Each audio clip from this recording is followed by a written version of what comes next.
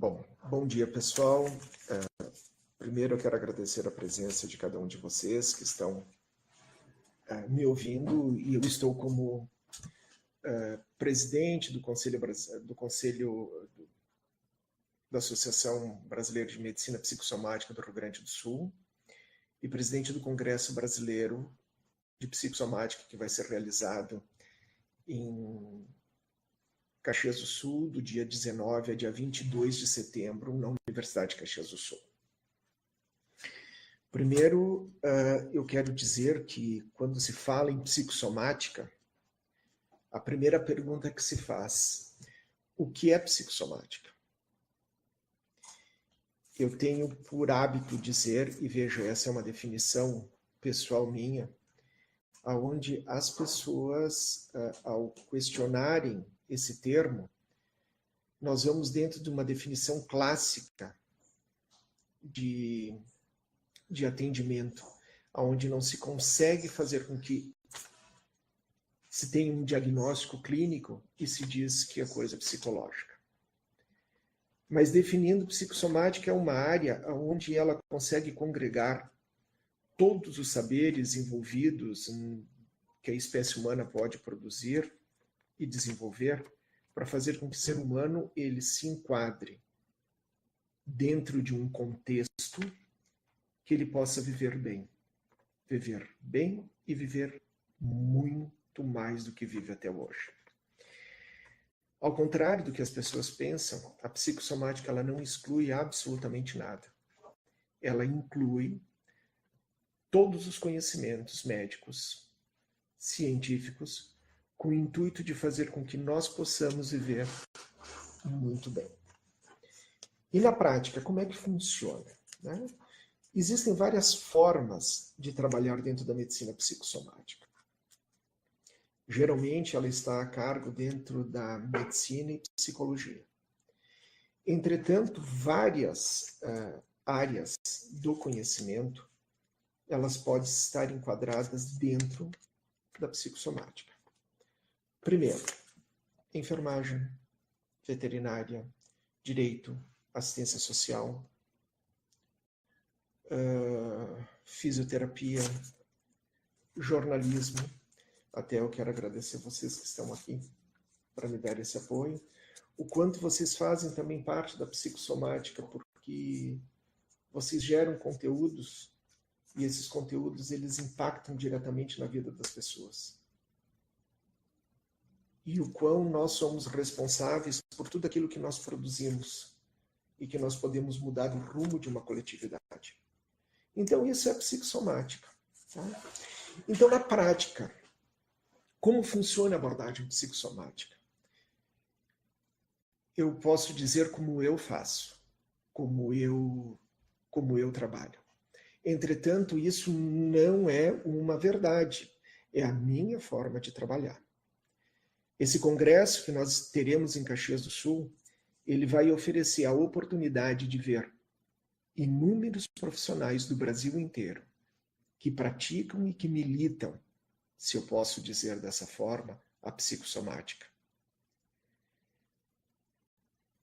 Eu, particularmente, eu sigo uma linha de conteúdo que é George Brodek, um médico alemão do século passado. Ele nasceu em 1866 e morreu em 1934, em que ele dizia e ele afirmava que a coisa mais importante que o ser humano tem em termos de doença é que o primeiro sintoma é o mais importante. E toda doença ela é simbólica. E ao adoecer, a pessoa ela tem que aprender qual é o significado dessa doença na sua vida. Embora hoje, quando as pessoas elas ficam doentes, a primeira coisa que elas procuram é o alívio imediato da dor e do sofrimento. E a medicina técnica, ela consegue fazer com que isso aconteça. Tu tem uma dor, tu usa um analgésico. Tu tens um trauma, tu faz uma cirurgia. Tu tem um processo infeccioso, tu vai usar um antibiótico. Tu tem um defeito congênito, tu vai fazer uma cirurgia. Tu tem uma dificuldade para caminhar, por uma artrose de quadril, tu vai colocar simplesmente uma prótese. Como fazer com que uma pessoa hoje, nos dias de hoje, ela abra mão de todo esse conhecimento? Como nós podemos abrir mão do desenvolvimento das vacinas? As vacinas salvam e salvaram milhões de pessoas. Como nós podemos abrir mão da evolução da ciência? A psicossomática, ela vem exatamente congregar aquilo que a ciência produz, mas principalmente um conteúdo que o ser humano traz já de milhares de anos, de formas de promover a sua cura. O ser humano adoece por ele mesmo e ele também se cura por ele mesmo. E Grodek, ele falava que quando se mexe em alguma coisa dentro do ser humano, em termos de pensamento, algo acontece em que promove a cura. Dessa forma, todas as formas de psicoterapia, elas auxiliam na promoção da cura do indivíduo. Mas voltando um pouco, quando uma pessoa ela é acometida por uma doença, seja ela qual for, toda ela é revestida de um significado, de algo que vem com que o ser humano ele possa se dar conta do seu processo existencial. Eu tenho escrito e eu tenho falado que a ciência ela faz com que o ser humano ela tá procurando a cura das doenças e ela está fazendo com que se prolongue a vida e está tentando até fazer com que o ser humano se torne imortal. Porém, em momento nenhum, ela traz através de todos os estudos a questão felicidade. Por quê? Porque tu não consegue replicar o que é felicidade. Felicidade é algo completamente pessoal e que tu não consegue transferir de uma pessoa para outra. Quando uma pessoa adoece, o mundo simplesmente desaba. E isso eu estou falando de coisas muito simples. Desde um resfriado, quando tu simplesmente é acometido por um estado gripal, tu vais para a cama, tu te sente mal e tu vai te acolher. Tu vai te recolher. Tu vai procurar alguma coisa quente e principalmente nós aqui do Sul, o quanto nós temos esse hábito de tomar chá quando nós adoecemos. Porém, o que nós fazemos depois que nós nos curamos? Que transformação nós temos depois do processo da doença? E se eu for um pouco mais além, até buscando a doença que para mim é a mais significativa que o ser humano pode ter, que é o câncer. O câncer, ele em si, ele é gerado dentro da própria pessoa. As mesmas células malignas, elas provêm de células consideradas normais até bem pouco tempo. E o que faz com que uma célula, que até então era normal, ela malignize, ela se transforme? E quando nós vamos olhar para as terapêuticas existentes, as terapias, elas estão indo na direção da individualização do tratamento. Acho que é um grande avanço,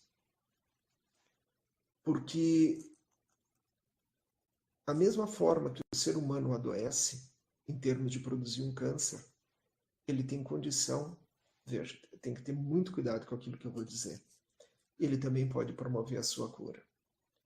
E a sua cura nem sempre está na cura do corpo físico. Muitas vezes, a cura da própria pessoa está na morte do corpo físico. Ou seja, a transformação que uma doença pode promover ao ser humano. Esse é um tema muito complexo em relação a isso. Porém, quando se fala em psicossomática, a primeira coisa que deve se olhar é que aquela pessoa, aquele profissional, ele tenha uma noção de totalidade. Se o profissional ele for focar na doença, ele vai dar um tiro completamente no escuro. Então, o profissional ele deve olhar primeiro para o doente. A doença só existe porque há um doente, um ser humano acometido. E para quem já se sentiu doente em algum momento, como é importante ter alguém que possa acolher todas essas demandas internas produzidas pela doença. Então, se você tiver a oportunidade de entrar no site do Congresso, www.psicossomática2018.com.br, lá vocês verão com que muitas palestras, elas terão um cunho terapêutico, terão outras um cunho informativo e outros terão cursos, um cunho vivencial. Mas esse congresso, ele visa congregar as pessoas e troca de experiências. Bom, gostaria que quem estiver me ouvindo, que faça alguma pergunta, se assim for o desejo, até para que a gente possa saber, para que eu possa saber com quem que eu estou conversando, para poder continuar fazendo um discurso, né? Porque isso, penso que ele é de extrema importância. Bom, enquanto isso, falando como eu trabalho,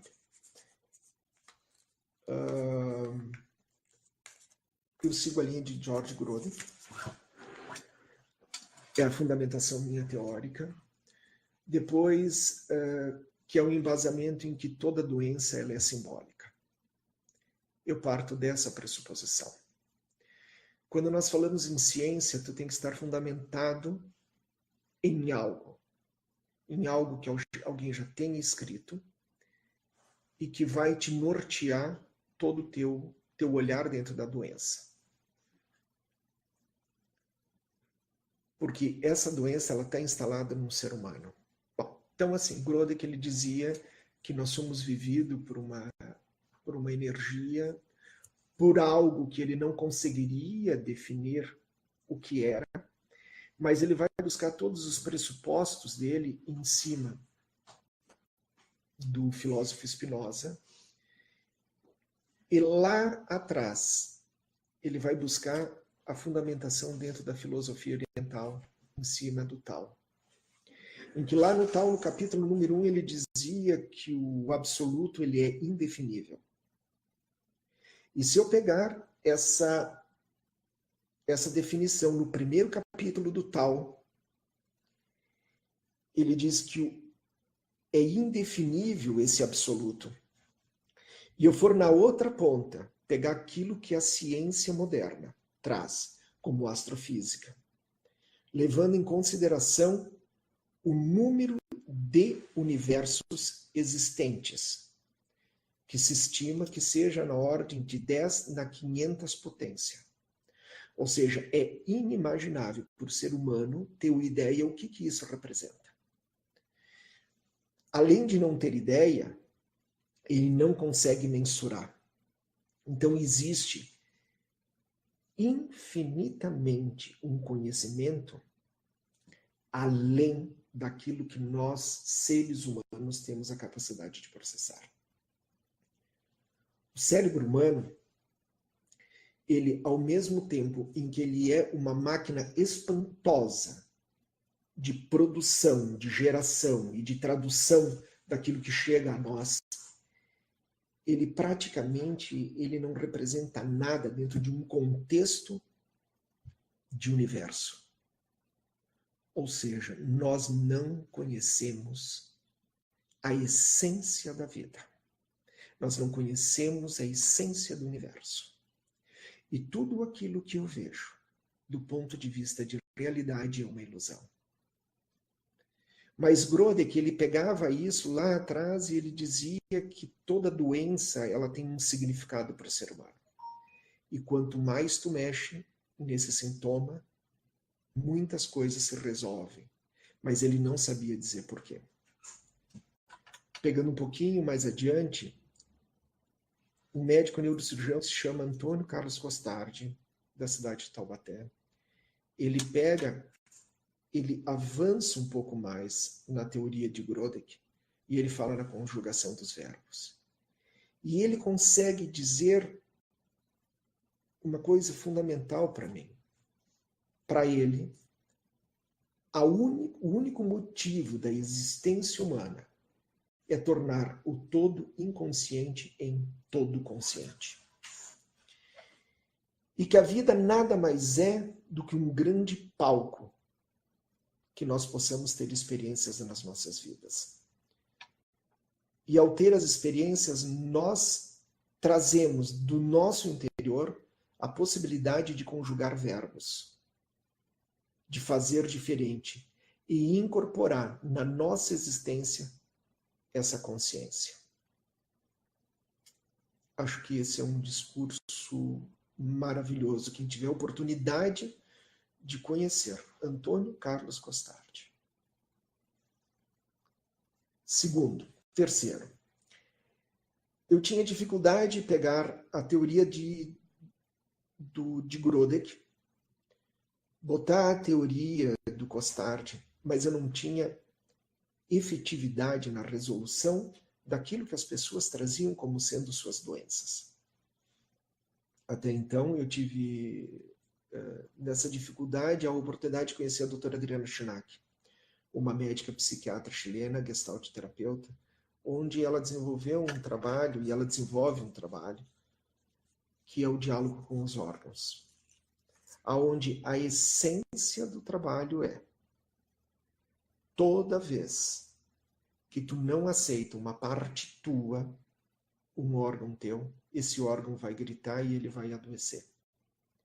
E aí ela pega esse órgão doente e faz com que tu faça uma transposição de polaridade daquilo que tu acha que tu deve ser para aquilo que tu tens que ser. Mesmo que ela não fale sobre isso, esse trabalho que ele é gestáltico, e os gestalt terapeutas devem ficar loucos quando eu digo isso, mas eu penso que isso se fundamenta no trabalho do Grodeck, em que ele diz que o corpo ele grita e que ele se manifesta simbolicamente. E a doutora Adriana, a doutora Nana, ela pega e ela faz um exercício, um experimento, onde essa pessoa vai conversar com esse órgão. Dessa forma, ela vai se dar conta que ela tem características semelhantes a ele e outras diferenças. Quando ela reconhece que tem diferenças, o que ela vai fazer? Ela vai trazer para a sua vida a possibilidade de fazer uma transformação de características de personalidade. É um recurso muito poderoso, é um recurso importantíssimo, aonde, não vou dizer que é fácil, mas exige necessariamente uma transformação do profissional em que a gente possa atuar. Pessoal, alguma coisa que eu possa complementar? A gente pode falar sobre a questão do momento atual, né, do próprio cenário do país, como isso afeta psicologicamente as pessoas e como isso evolui para patologias ou para alguns problemas posteriores. É um assunto bem contemporâneo. Meus assessores, olha só que coisa chique, né? Como é a primeira experiência que eu estou tendo. Então, a colocação é como no cenário atual político interfere na produção de doenças. Isso eu tenho me questionado muito. Mas o meu questionamento é a responsabilidade que agora as pessoas que se propõem a comandar um Estado, e esse Estado é a nação, o Estado federativo e o município, o quão responsabilidade tem sobre a produção de pensamentos do ser humano. Desde final de 2014, início de 2015, nós estamos passando por uma crise brutal de desemprego. Quantas pessoas chegam em casa à noite e olham para os seus filhos, principalmente homens, não tendo um trabalho? O desespero que existe um pai e uma mãe de não ter as condições mínimas e básicas para sustentar a sua família. Que tipo de pensamento que tem um homem quando chega e vê os seus filhos doentes e não ter condições de ter um remédio? Quantas horas de insônia a política, o roubo, a corrupção é responsável por tudo isso? Quantas toneladas de medicamentos, de ansiolíticos e antidepressivos foram consumidos a serviço da corrupção?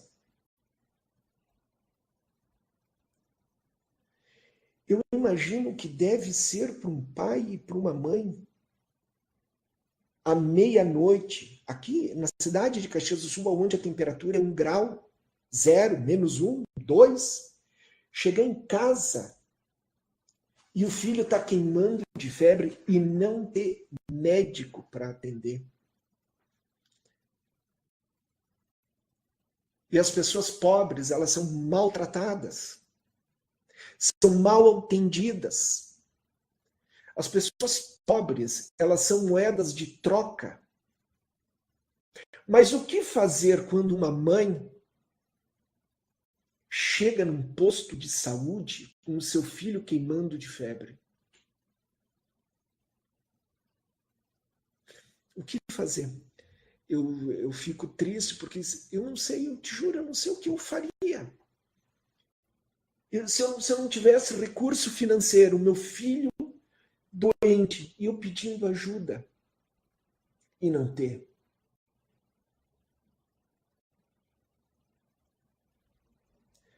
Como um representante, agora que está se candidatando a presidente, seja quem for, pode dormir sabendo que tem a sua casa aquecida? Eu tenho uma casa aquecida, eu agradeço todos os dias por ter uma casa aquecida. Mas o que é dormir no frio? O que é passar fome? E o pior, o que é não ser visto? Nós nos acostumamos em não ver a dor e o sofrimento. Nós nos acostumamos a ver pessoas dormirem na rua, na chuva, no frio, e isso não nos comove mais. Nós estamos perdendo o mínimo de humanidade que ainda nós temos. Então, acho difícil. Então, respondendo a tua pergunta, te garanto que se nós tivéssemos um mínimo de decência enquanto sociedade, nós viveríamos muito melhor. Mas eu também conjugo da ideia que nós temos os representantes que verdadeiramente nos representam. Socialmente nós temos os representantes que são assim. Nós lutamos contra a corrupção, mas não está na nossa essência o combate à corrupção. Essa empatia é essencial também para entender a psicossomática, né? Um dos valores também que alguém que quer entender a medicina psicossomática tem que entre ser sim ou não. Tu consegue te dar conta que quando tu tira alguma coisa de alguém, conscientemente ou inconscientemente, aonde tu queres tirar a vantagem de algo para tu ter o teu ganho representa a perda do outro, e tá tudo muito certo para nós. Então, socialmente, eu penso que nós estamos numa encruzilhada de moralidade. Então não dá para exigir com que os nossos representantes sejam diferentes daquilo que eles estão nos apresentando. Porque eles são exatamente aquilo que a sociedade é. E se nós não tivermos a decência de mudar primeiro a nós não vamos conseguir fazer absolutamente nada. Então eu penso que a política ela influencia diretamente no adoecimento do ser humano. E as pessoas que se candidatam a presidente, a deputado, falta um pouco de decência e de comprometimento e levar o auxílio às pessoas que precisam, não em função do voto, mas por uma consciência da totalidade. Eu imagino, eu não sei como a pessoa vai fazer, volto a dizer, não tenho a mínima ideia, mas tu imagina tu terminar um cargo de um poder executivo e no final do teu mandato tu dizer assim, eu fiz o meu melhor e eu ajudei essa sociedade a crescer. A gente tem algumas perguntas feitas pelo pessoal que está assistindo. A Patrícia pediu, então, entender-se que a doença é um sinalizador de que algo não está bem no indivíduo ao nível inconsciente. Patrícia, que bom que tu está aí, Patrícia. Eu te mando um beijo bem grande, mando um beijo para teus filhos. Patrícia, querida, a doença é o início da cura do ser humano. Então, quando uma pessoa adoece, podes ter a certeza, algo acontece dentro dela que não está legal. Então, se tu queres te curar, ao adoecer, simplesmente olhe para a doença, que ela vai te sinalizar a tua cura. Se não for isso, Patrícia, dá uma escrita. O Mano Lima também pediu, a falta de solidariedade contribui para a naturalização da invisibilidade social. Como?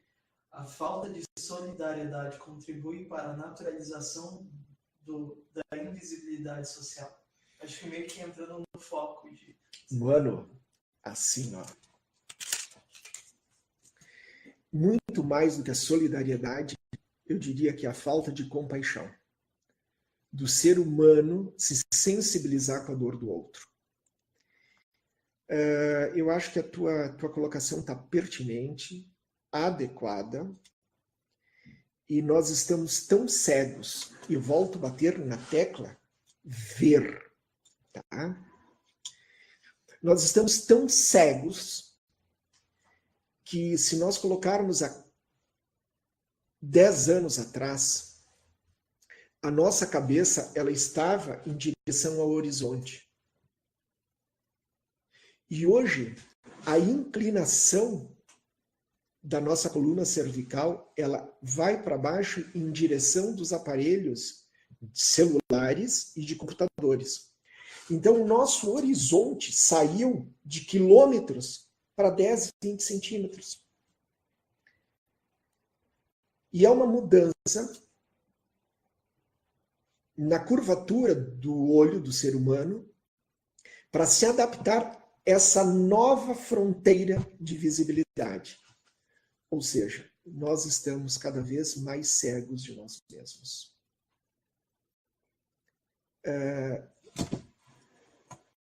Sabe que eu fiz uma viagem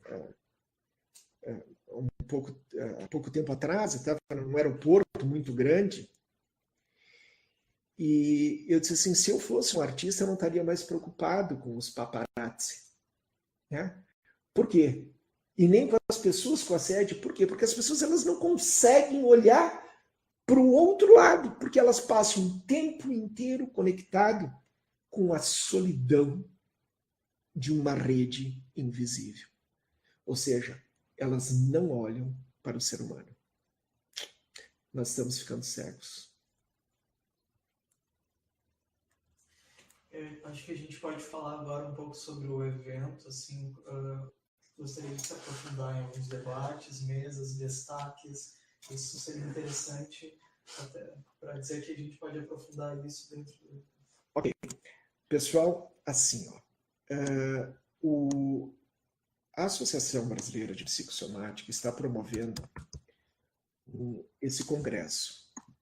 Ele vai ser do dia 19 ao dia 22 de setembro, na Universidade de Caxias do Sul. No bloco do teatro, bloco M. No dia 19, haverá 8 cursos pré-congressos. Tá? Então, agora vou ler, né? Porque, tu imagina, tem 8 cursos, 20 e tantas mesas. Então, fica difícil, mesmo eu tendo esse conhecimento de quem está quem, até para ajudar. No dia 19, na parte da manhã, haverá um curso pré-congresso, diálogo com os órgãos, um recurso terapêutico. As constelações familiares, uma outra mesa, constelações familiares e sua aplicabilidade na clínica atual. Um movimento muito forte das constelações familiares, e nós estamos tentando fazer com que leve isso para a prática clínica.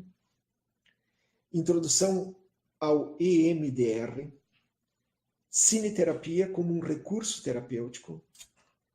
Isso, um outro curso pré-congresso, espiritualidade na inovação da gestão e dos negócios. Método Simonton, um caminho para a saúde.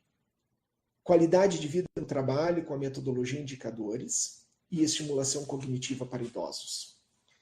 Isso cada curso ele tem 4 horas de duração, sendo que a pessoa ela pode participar de um curso de manhã e um curso à tarde. O congresso ele começa no dia 20, na parte da manhã, e o dia 20 é um momento importante para nós no Rio Grande do Sul, que nós comemoramos o dia Farroupilha, da Revolução Farroupilha. Então nós teremos na parte da manhã uma conferência com o Dr. Avelino Luiz Rodrigues, de São Paulo. Depois, na grade, avanços em neurociência, psicossomática e trabalho. Aqui que nos referimos como sendo processos humanizadores na relação com o sujeito. Nessa mesa, eu vou ter a oportunidade de desenvolver um tema que é possível sistematizar um atendimento em psicossomática frente aos avanços que existem. Uma outra mesa, novas práticas em fisioterapia, terapias complementares e abusos intrafamiliares. Aqui o pessoal do direito, da assistência social, está muito focado. Ou seja, abusos intrafamiliares. E nós temos o olhar da justiça nos casos da violência sexual praticados contra a criança, aspectos sociais que envolvem a violência. E em Caxias do Sul, no dia de ontem, nós tivemos em 30 minutos 6 assassinatos. Isso é um índice e é um dado de guerra. Eu não sei se no Afeganistão morre tantas pessoas em média quanto morrem em Caxias do Sul ou no Brasil. E outra coisa, mano, tu falou, nós não olhamos para a violência. A violência nós só olhamos quando nós sentimos. Né? Então, isso está tudo muito no discurso. Ao meio-dia, Hermílio Santos, ele vai expor um documentário, Infância Falada. É um lindo documentário. Depois, à tarde, nós teremos a conferência do reitor da Universidade de Caxias do Sul, o professor Evaldo, Tessituras da Vida, Testemunho de uma Trajetória. E aqui cabe uma colocação da minha parte, que se não fosse por uma ação do reitor da Universidade de Caxias do Sul, o professor Evaldo Antônio Cunhava, esse congresso ele não teria condições de sair. Então eu preciso deixar sempre registrado o meu respeito, a minha admiração a essa pessoa que assume uma reitoria de uma universidade particular e abre um espaço tão grande para a psicossomática. Eu, como presidente, eu agradeço muito, muito, muito ao reitor. Depois, às 16 horas, ainda no primeiro dia, nós teremos o posicionamento do direito, atual do direito, frente à justiça restaurativa, internação psiquiátrica e os contatos políticos global, nacional e regionais atuais. Uma necessidade de um olhar psicossomático. É aquilo que nós estávamos falando no início. Depois, numa outra mesa, novos olhares, rompendo os paradigmas, novos modelos familiares, o cuidados com os familiares e a adoção homoafetiva, psico-oncologia, com a doutora Elisa Maria. Depois nós temos uma mesa com o laboratório Sujeito, Corpo, Sucor da USP, que é produção clínica, produção e conhecimento e transmissão do saber. E por último, no dia do dia 20, a doença como linguagem sistêmica. Depois nós teremos a abertura oficial, às 18h30, com uma apresentação do grupo Tio Chico. O Tio Chico é um grupo folclórico gaúcho aqui da nossa cidade, onde ele vai fazer uma apresentação da nossa tradição, onde ele consegue pegar uma tradição gaúcha e uma tradição italiana. Desculpe interromper, eu tenho pessoas perguntando por questões bem pertinentes aqui.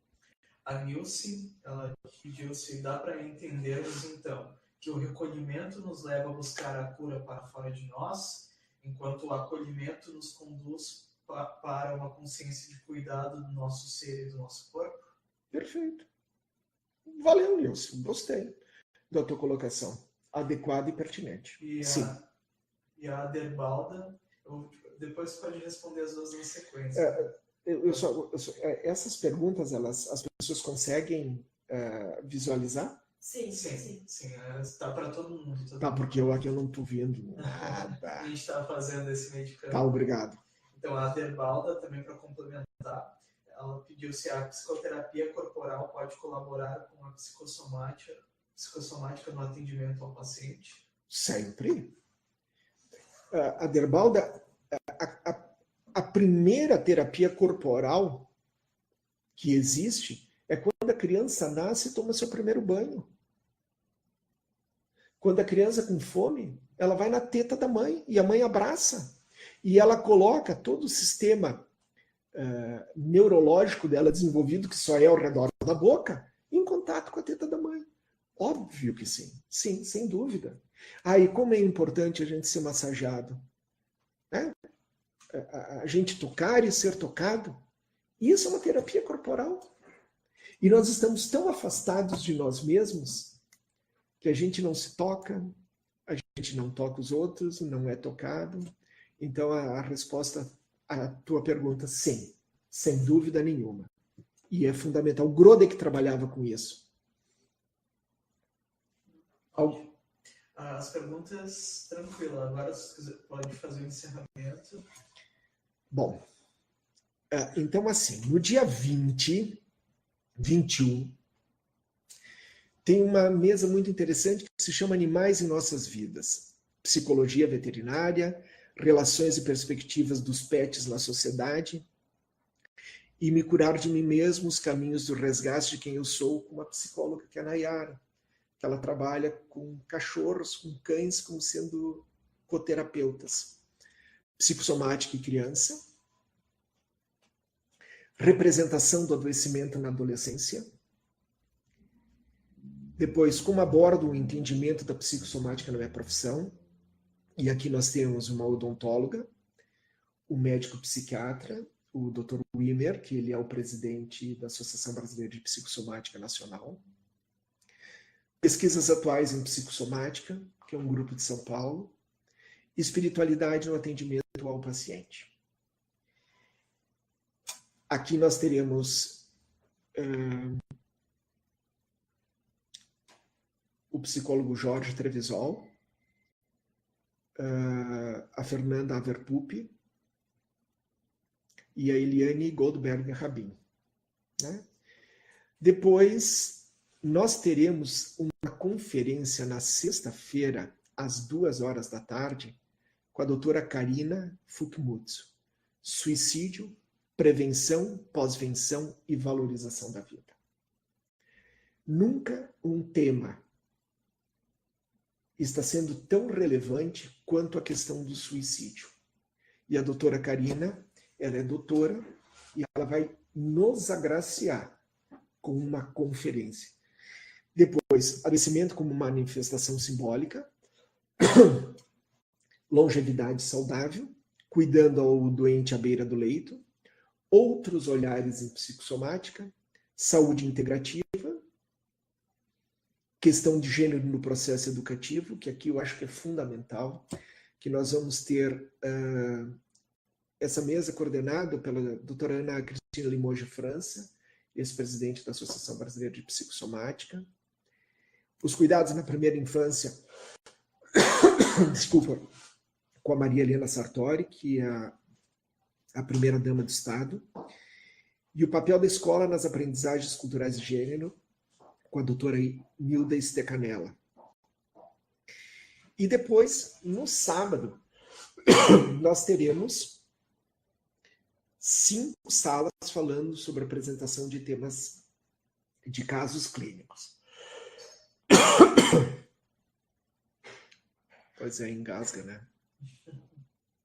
Ou coisa psicossomática.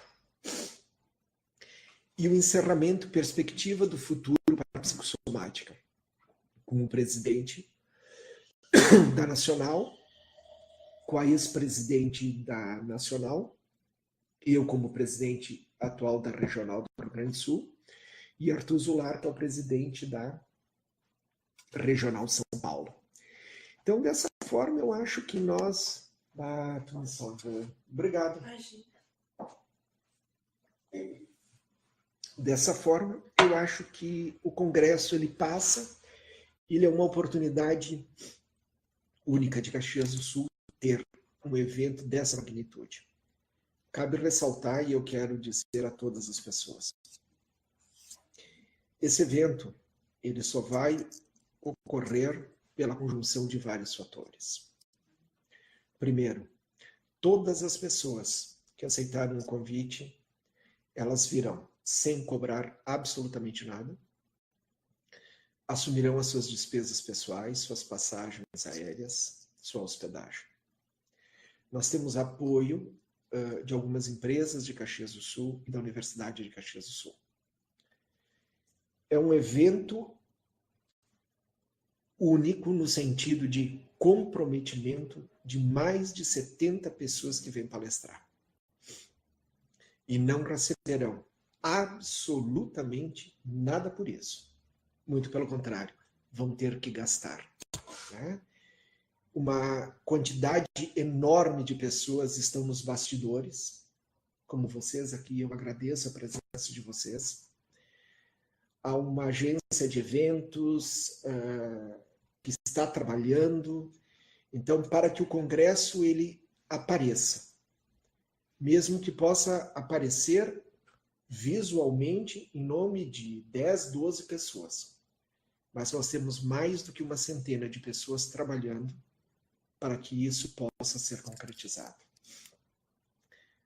Publicamente, eu quero deixar o meu agradecimento a todas essas pessoas, a todas as pessoas que trabalham nos bastidores e que estão nos dando a oportunidade de fazer com que esse congresso ele se realize. Eu me coloco mais, se alguém tiver mais alguma pergunta, eu coloco e estou à disposição. Bom. Eu só queria fazer realmente uma pergunta por curiosidade mesmo. vocês tratam também desse enfoque, né, do profissional, do médico, na abordagem psicossomática com o paciente. Como é que tu trabalha isso? Tu tem uma clínica, né? Tu trabalha isso também aqui com os teus pacientes ou não? Sempre. A pergunta que foi feita é se eu trabalho isso no meu consultório. Sempre. O meu primeiro olhar para uma pessoa que chega aqui é para a pessoa. Ela traz a doença. Mas se eu olhasse só a doença, eu colocaria a doença na cadeira e mandaria ela embora. Mas algo traz ela a mim e eu obrigatoriamente olho para o doente. Sem dúvida. Tu acha que falta isso, talvez, nos profissionais da área da medicina, essa união entre a medicina psicossomática e a medicina tradicional para enxergar o paciente como pessoa e não só mais um que veio sentar na minha cadeira com uma doença? Sim, falta. Falta para a medicina isso.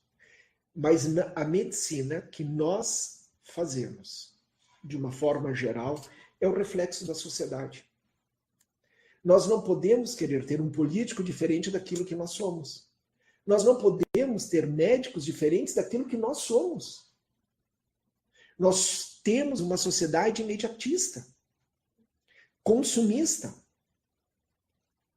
Por que a medicina há de ser diferente se a sociedade não exigir com que ela seja diferente? A cada dia que passa. E, infelizmente, as pessoas estão, tanto os médicos quanto os doentes, eles transformaram a relação humana numa relação de consumo, numa troca. As pessoas pagam para o profissional resolver os seus problemas. Então, a medicina é exatamente aquilo que é a sociedade. Porque se a sociedade não exigir do profissional um atendimento, mas principalmente se a sociedade não for digna com ela mesma, ela não vai ter nada além do que aquilo que ela é. E isso é uma posição pessoal minha. Eles conseguiram transformar a morte do ser humano num processo judicial e não que a morte seja o complemento de uma vida. Quando morre, morre. Mas as pessoas estão levando a judicialização da morte como se a morte fosse uma aberração da vida humana. A morte é o fim de uma vida humana. Não há como tu viver se tu não tiver a perspectiva da morte na tua frente. Passam-se uma vida inteira tendo uma vida pobre, sem ter a decência de olhar humano, sem olhar para o outro. Aí é difícil. E aí eu quero que entendam que tem uma coisa muito filosófica. Psicossomática, nós estamos falando da nossa essência enquanto ser humano. Nós estamos perdendo a nossa capacidade de nos tornarmos conscientemente vulneráveis. Nós achamos que nós somos invulneráveis. E aí nós morremos. Respondi? Com certeza. Eu acho que é isso, né? É isso mesmo. Bom, pessoal, eu agradeço a todos vocês. Esse tempo aqui em Caxias do Sul é um tempo gelado, nublado, uma temperatura, sei lá, mas tá frio, tá frio. Eu quero agradecer esse tempo que vocês estiveram conosco e eu convido mais uma vez a vocês participarem do 19º Congresso Brasileiro de Medicina Psicossomática, que vai ser realizado do dia 19 ao dia 22 de setembro, aqui em Caxias do Sul, na Universidade. Faça suas inscrições no site www.psicosomática2018.com.br. Estamos preparando esse evento com muito carinho e esperando vocês. Tragam pessoas conhecidas, divulguem esse evento, e Caxias do Sul espera de braços abertos e de coração muito quente, porque não dá a dizer de braços e corações abertos, é porque abriu o coração, no coração o sangue não bombeia. Então, assim, com o coração batendo, como tem que bater, mas com os braços abertos, com a receptividade que nós estamos fazendo o possível. Não o impossível, o possível, para tê-los junto conosco de uma forma amorosa. Bom, a todos um grande beijo e felicidades, que vocês tenham um bom sábado e um bom domingo, e até o dia 19 de setembro aqui em Caxias do Sul. Bom, um beijo, até!